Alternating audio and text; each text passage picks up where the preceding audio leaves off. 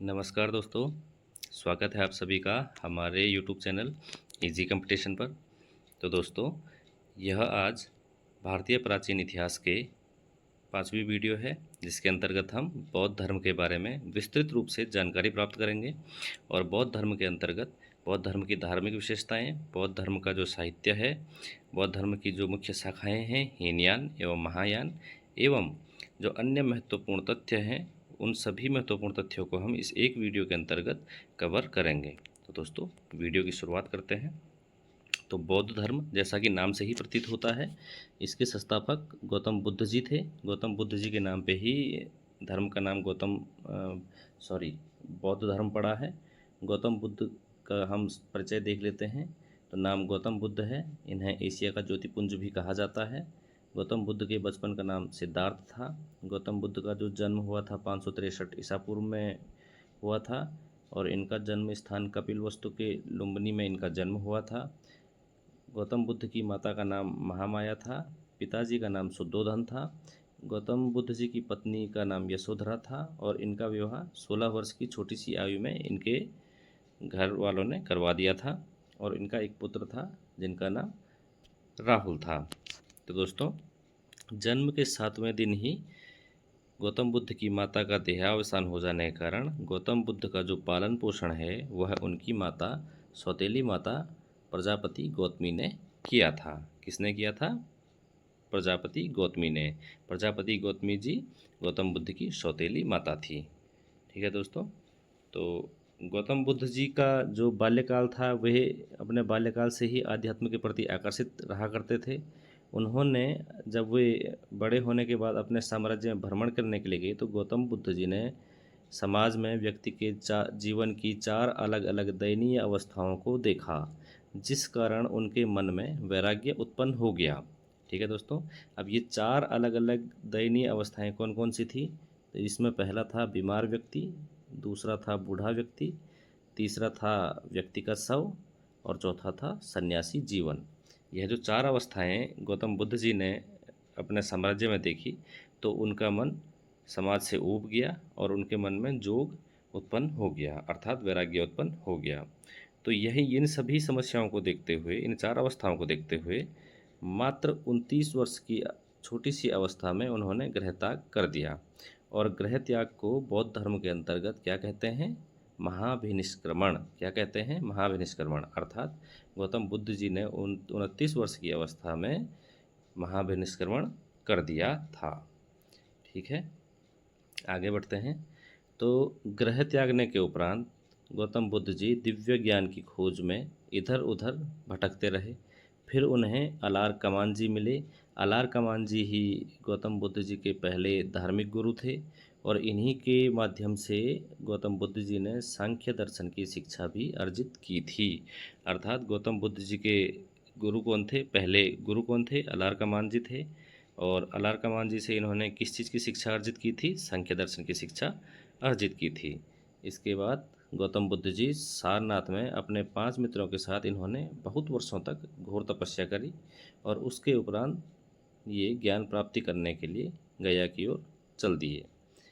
एवं इसके उपरांत घोर तपस्या करने के बाद निरंजना नदी के किनारे पीपल के वृक्ष के नीचे वैशाख पूर्णिमा को सिद्धार्थ को ज्ञान की प्राप्ति हुई, और ज्ञान प्राप्ति के उपरांत ही सिद्धार्थ गौतम बुद्ध अथवा महात्मा बुद्ध के नाम से प्रसिद्ध हुए थे।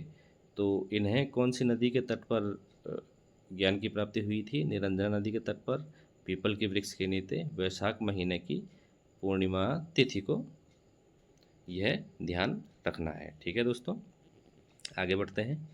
तो बौद्ध धर्म के अंतर्गत जो उपदेश गौतम बुद्ध जी के द्वारा दिए गए हैं, उसके बारे में हम देख लेते हैं एक बार।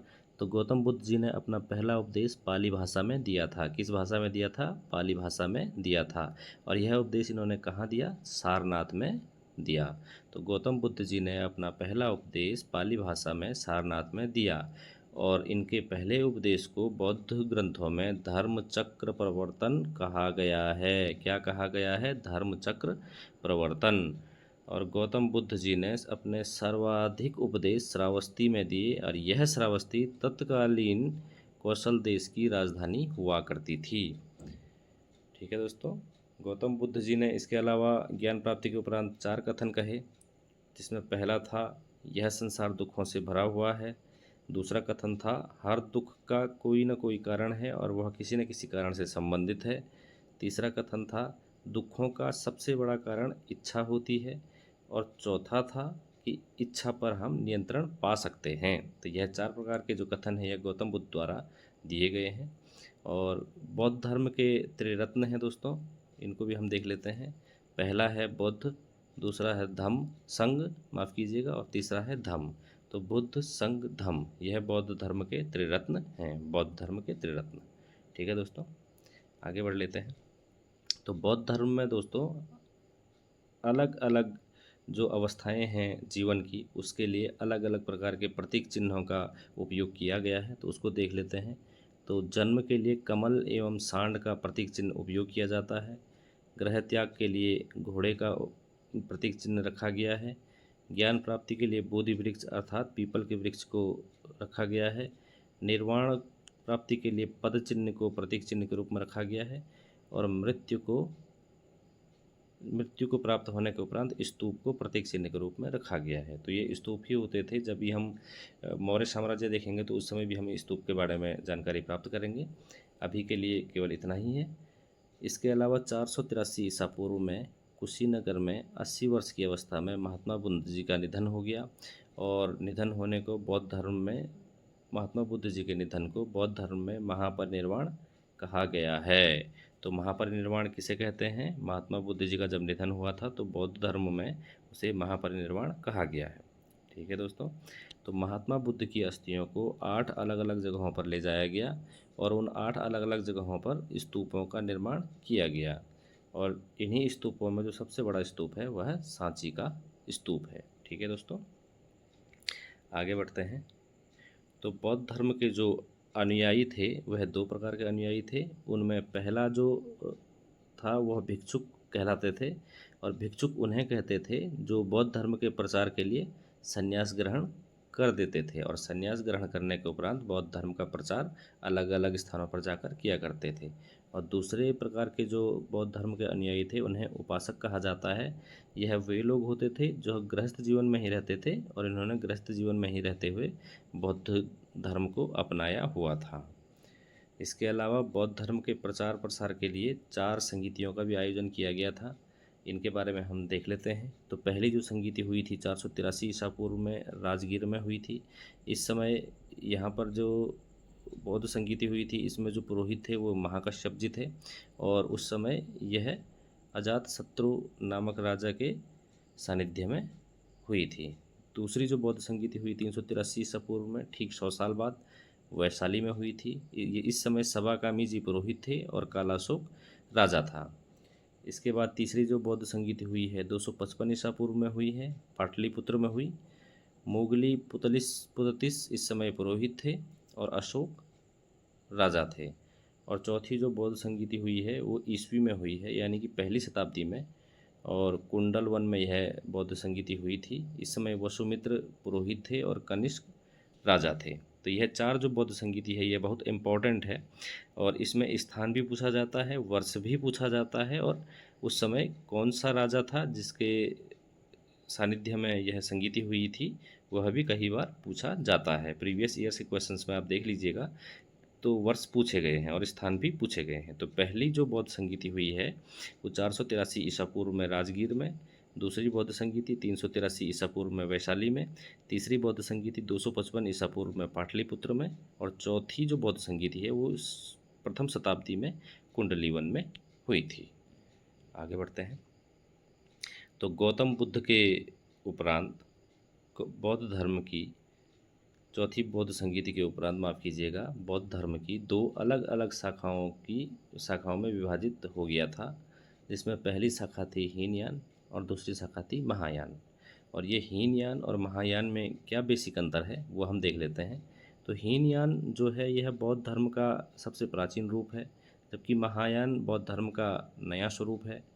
हीनयान बौद्ध धर्म का कठिन मार्ग है जिसमें कि कम ही लोग निर्वाण की प्राप्ति कर सकते हैं, और जो महायान है, यहाँ पर सामान्य धार्मिक मार्ग है इसमें अधिक से अधिक लोग निर्वाण की प्राप्ति कर सकते हैं।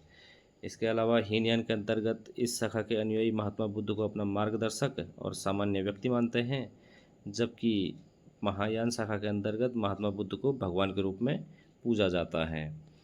हीनयान जो शाखा है इसके अंतर्गत मूर्ति पूजा एवं कर्मकांड नहीं किया जाता है, जबकि महायान के अंतर्गत बुद्ध की मूर्तियों की विधिवत पूजा एवं कर्मकांड किया जाता है। हीनयान के अंतर्गत जो ग्रंथ लिखे गए हैं बौद्ध धर्म के, उनकी साहित्यिक भाषा पाली रही है, और जो महायान के अंतर्गत ग्रंथ लिखे गए हैं इनकी साहित्यिक भाषा संस्कृत रही है, अर्थात संस्कृत भाषा में ग्रंथों की रचना की गई है। हीनयान के जो अनुयायी हैं ये धर्म कर्म में विश्वास करते हैं, और महायान के जो अनुयायी हैं ये समाज का कल्याण करने में एवं दूसरों का कल्याण करने में विश्वास करते हैं। तो यह कुछ बेसिक कथन हैं जो कि कथन वाले प्रश्नों में MCQs में आ जाते हैं। तो एक बार इनको भी आप नोट कर दीजिए, इनको ध्यान रखिए कि हीनयान के अंतर्गत क्या है, महायान के अंतर्गत क्या है। आगे बढ़ते हैं तो बौद्ध धर्म के साहित्य के बारे में बात कर लेते हैं। तो बौद्ध धर्म के जो प्राचीन और पवित्र ग्रंथ हैं उनको पिटक कहा जाता है, उनके संग्रह त्रिपिटक कहते हैं, और पिटक का अर्थ संस्कृत में टोकरी होता है। तो यह त्रिपिटक कौन कौन से हैं वो देख लेते हैं। पहला है सुत्त पिटक, इसे प्रवचनों की टोकरी भी कहते हैं। इसमें महात्मा बुद्ध के द्वारा दिए गए उपदेश एवं शिक्षा का संकलन किया गया है। दूसरा है विनय पिटक, इसे अनुशासन की टोकरी भी कहते हैं, और अनुशासन लिखा हुआ है तो इससे सीधे समझ में आता है कि यह बौद्ध संघ के भिक्षुओं के आचरण संबंधी नियम इसमें संग्रहण किए गए हैं। और तीसरा है अभिधम्म पिटक, इसमें बौद्ध धर्म के जो सिद्धांत हैं उनको और रखा गया है, तो इसे सिद्धांतों की टोकरी भी कहते हैं। इसमें बौद्ध धर्म से संबंधित दर्शन एवं आध्यात्मिक सिद्धांतों का विवरण दिया गया है। तो बौद्ध धर्म के जो त्रिपिटक हैं उनमें सुत्त पिटक, विनय पिटक और अभिधम्म पिटक, यह 3 महत्वपूर्ण हैं। इसके अलावा बौद्ध साहित्य के अंतर्गत कुछ अन्य ग्रंथ भी हैं, उनको भी देख लेते हैं। तो जो धम्मपद है दोस्तों, यह धम्मपद, इसको बौद्ध ग्रंथ, बौद्ध धर्म की गीता भी कहा जाता है। इसकी रचना पाली भाषा में की गई है। ध्यान रखना दोस्तों, बौद्ध धर्म की गीता धम्मपद को कहते हैं और इसकी भाषा पाली है। इसके अलावा जो जातक कथाएं हैं इनकी संख्या 549 हैं, और यह भी पाली भाषा में ही रचित हैं, और इन कथाओं में बुद्ध जी के पूर्व जन्म की कथाएं संकलित हैं। तीसरा है बुद्ध चरितम, यह अश्वघोष द्वारा संस्कृत भाषा में रचित है, और इस महाकाव्य को बौद्ध धर्म की रामायण कहा जाता है, और इसमें गौतम बुद्ध के जीवन वृत्त का वर्णन किया गया है। तो जो बौद्ध साहित्य है, बौद्ध साहित्य में 2 मुख्य चीज़ें हैं। एक तो त्रिपिटक हो गए, सुत्त पिटक, विनय पिटक और अभिधम्म पिटक इसके अंतर्गत है, और दूसरा हो गया धम्मपद, जिसको कि बौद्ध धर्म की गीता कहते हैं, भाषा पाली है। एक जातक कथाएं होती हैं, इनकी संख्या 549 है, और यह पाली भाषा में रचित हैं। इनमें महात्मा बुद्ध के पूर्व जन्म की कथाएं संकलित हैं। और तीसरा एवं आखिरी बुद्ध चरितम है, जिसको कि अश्वघोष द्वारा संस्कृत भाषा में लिखा गया है। यह एक महाकाव्य है जिसे कि बौद्ध धर्म की रामायण भी कहते हैं। तो दोस्तों, यह बौद्ध धर्म के बारे में परीक्षा से संबंधित, कंपटीशन से संबंधित सभी तथ्यों को इस वीडियो में संकलित करने की कोशिश की गई है। यदि यह जानकारियाँ आपके लिए उपयोगी होती हैं तो कृपया वीडियो को लाइक एवं शेयर करें, सब्सक्राइब भी करें।